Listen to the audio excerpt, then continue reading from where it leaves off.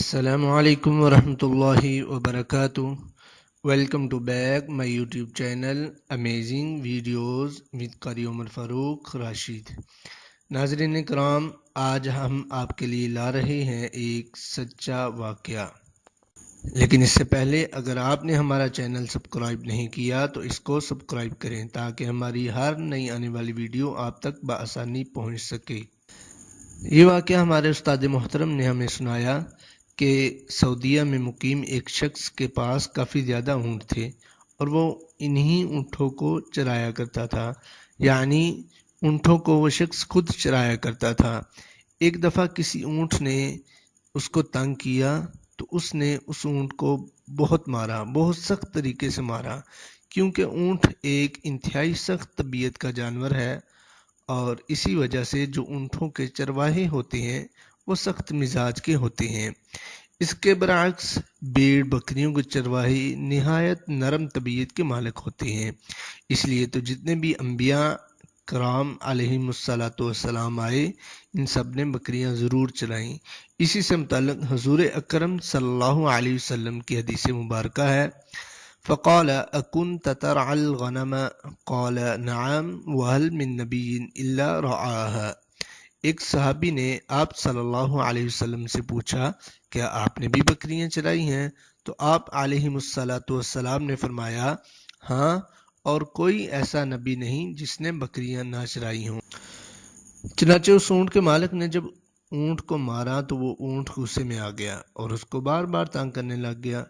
اب اس کا مالک بھی جو سخت طبیعت کا مالک تھا اس کو بے تحاشا مارتا۔ جب بار بار اس اونٹ کو مالک سے مار پڑی تو اس اونٹ کے دل میں مالک کے خلاف بغض پیدا ہو گیا۔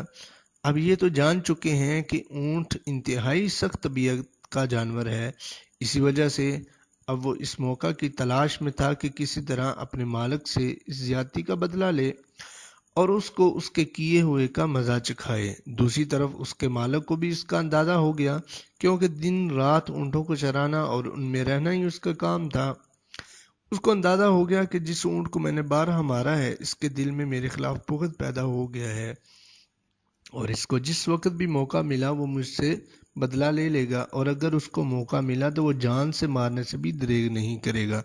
چنانچہ اس نے اس اونٹ کی آزمائش کرنے کا فیصلہ کیا، اور ایک دن جب وہ اونٹوں کو چرانے کے لیے لے گیا تو اس نے اونٹوں کو چرنے کے لیے چھوڑ کر کچھ گھاس پھوس وغیرہ اکٹھی کر کے ایک درخت کے نیچے اس طرح سے ڈال کر اس کے اوپر کپڑا ڈال دیا کہ یوں محسوس ہوتا تھا جیسے کوئی آدمی یہاں لیٹا ہوا ہے۔ اس کے بعد وہ خود چھپ گیا اور اس اونٹ کا رد عمل دیکھنے لگا کہ وہ اب مالک کے ساتھ کیا کرتا ہے۔ اب وہ اونٹ بھی موقع کی تلاش میں تھا، وہ بھی مالک پر نظر رکھے ہوئے تھا۔ اس نے جب دیکھا کہ مالک درخت کے نیچے بڑے آرام سے سو رہا ہے تو وہ آرام سے چلتا ہوا آیا اور اپنے مالک کے اوپر ہی بیٹھ گیا اور اپنے سینے سے اس کو خوب رگڑنے لگا۔ اب اس کے خیال میں یہی تھا کہ یہ میرا مالک سویا ہوا ہے۔ اس نے اپنے سینے کی مضبوط ہڈی سے اس گھاس پھوس کو خوب رگڑا۔ جب اس کو یقین ہو گیا کہ میرا مالک مر چکا ہے تو وہ اس سے اٹھ کھڑا ہوا۔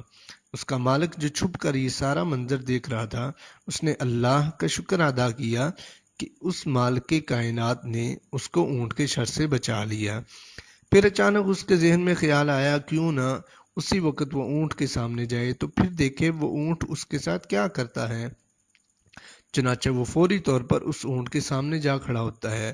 وہ اونٹ جو اپنے طور پر اس کو مار چکا تھا اس کو صحیح سالم اس طرح سے کھڑا دیکھ کر اپنا غصہ برقرار نہیں رکھ پاتا اور اسی وقت گرتا ہے اور مر جاتا ہے۔